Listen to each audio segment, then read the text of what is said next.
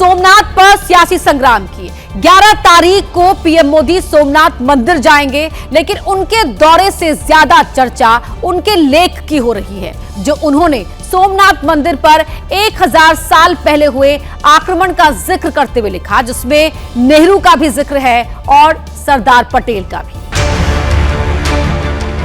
12 ज्योतिर्लिंगों में से एक सोमनाथ, भारत की अटूट आस्था का केंद्र, जिस पर प्रधानमंत्री नरेंद्र मोदी ने लेख लिखकर 1000 साल पहले हुए आक्रमण और देश के पहले प्रधानमंत्री जवाहरलाल नेहरू का जिक्र किया, जो आज चर्चा का विषय है।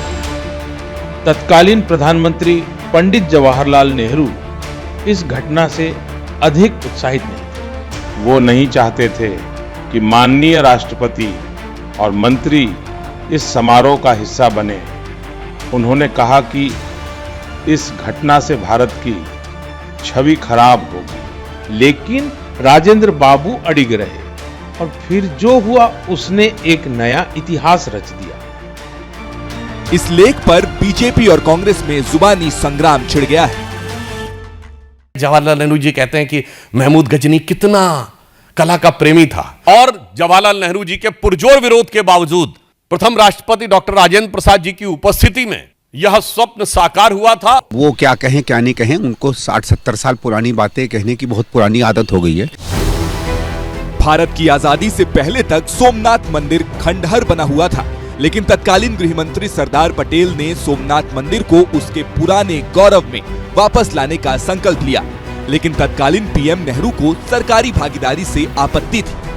नेहरू ने तत्कालीन राष्ट्रपति के सोमनाथ मंदिर के प्राण प्रतिष्ठा में शामिल होने पर भी नाराजगी जताई थी।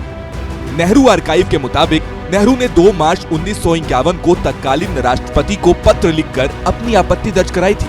उन्होंने लिखा, मेरे प्यारे राजेंद्र बाबू, मुझे लगता है कि सोमनाथ में बड़े पैमाने पर निर्माण कार्य करने का ये सही समय नहीं है। जवाब में तत्कालीन राष्ट्रपति राजेंद्र प्रसाद ने 10 मार्च 1951 को लिखा कि मुझे न्योता मना करना सही नहीं लगा। सोमनाथ मंदिर का बहुत ऐतिहासिक महत्व है और न्योता राज्य के राज प्रमुख की तरफ से आया था। अब इतिहास की ऐसी सच्चाई सामने एबीपी गंगा, खबर आपकी, जुबान आपकी।